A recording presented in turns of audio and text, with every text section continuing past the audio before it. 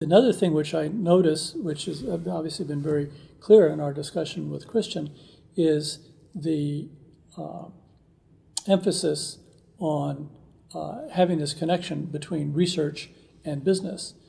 When the program was first founded, at least the impression I had from talking with Edward Teller, is he did not really have business in mind. He had in mind rather that if you look at most of the physics departments in the country, for example, they were primarily focused on pure physics, whereas there are many problems in applied physics which are just as interesting and challenging, but for some reason were not being addressed. And his thought, and I believe the thought of the Hertz Foundation at that time, was to try to encourage individuals who would be involved in more applied research. And it was not, that was the division he was thinking of between pure and applied, but still all, and I think that the applied part could go off into business, but it was more the Bell Labs model. Mm-hmm. It was not that you were creating a business, it's that you would choose to do research in an environment where there would be practical applications. Mm-hmm. And then also because of Teller's very close connection with Lawrence Livermore National Lab, he was also hoping that there would be people would choose to work at the national laboratories as well. And that research is primarily much more applied than what you find in academia. There is a very close connection between business and academia, and in fact, many of the faculty members start up companies. Silicon Valley was started up by Stanford professors, and there are a number of Berkeley faculty who are also involved in these small businesses. This Valley of Death part, though, the part that Christian is talking about, where as long as it's exciting science, you'll have really outstanding scientists do it, and also usually it's not that expensive. But as the costs start going up, mm-hmm. and the fundamental scientific questions have been answered, but you're really trying to get it there, until the people can see that they have they've reduced the risk to the point that it actually makes sense to start putting money in it. I think we're trying. You do have not fundamentally different motives, but certainly. There are a lot of challenges associated with that. So, where does the money come from is one question. So in our current model, you have, at the later stages, you've got venture capital, and the very late stage, sort of private equity. Before that, maybe angel investors. And before that, you have, or concurrently with some of those stages, you have government funding.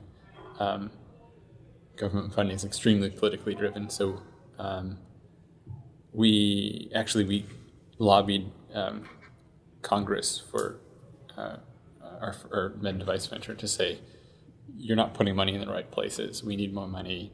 We were talking about brain injury.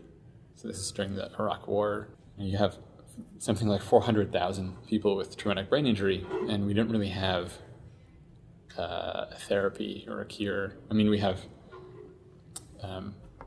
physical therapy, we have physical rehab, and we have tremendous number of patients with these problems, and money sort of ran out because the war ended. So patients don't go away when wars end.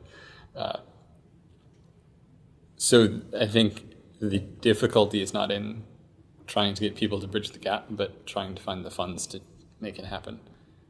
Because centrally directed funds like NIH and those sorts of places are pretty good, but there's always some noise in there. So are the right programs being funded? And if you're a venture capitalist, you have to make money, right? So these things are inherently risky. There are not so many people who are willing to throw money on something that may or may not do anything for 10 years. I would say one thing that is very different is that I was operating in a very nurturing environment in which this is encouraged, and you have, the institution is basically encouraging the formation. So I, set up the first research group in theoretical astrophysics here at Berkeley, and this was, it certainly took some effort. But again, it's mainly getting my colleagues, the other theorists, to work together. We then, planned. We would have meetings together,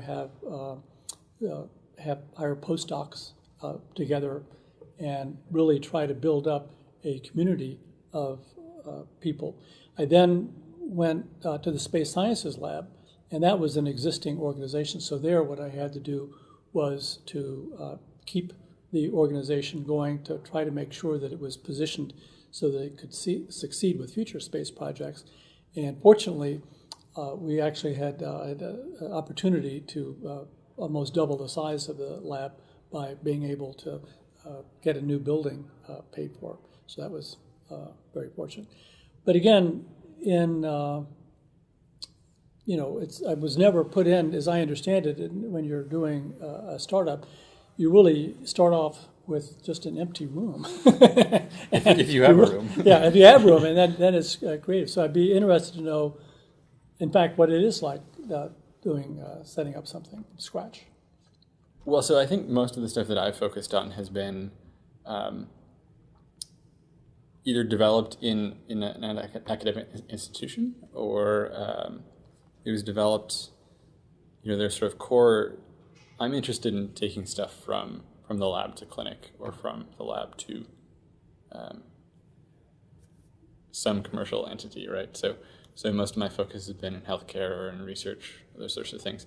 And I think that's a relatively unique space in that the commercial entity is starting from nothing, but you've got the great relationships, hopefully, with the research collaborators and the founding scientists and things. But I think it's a great deal of fun.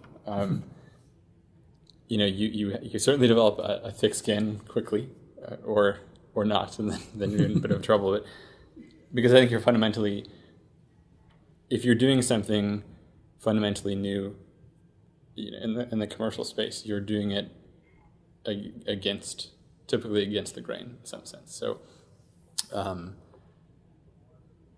there's a lot of thinking about, you just don't have the resources to do what you need to do, and where do you go find those? So I think some of the mentality that I learned from spending a few years as an undergrad and then working in the beginning of my master's in a engineering and biology lab actually have some relevance, because you're trying to do something no one's ever done before. Either the tools don't exist, or they're prohibitively expensive, or it's just too long, and so you get used to hacking things.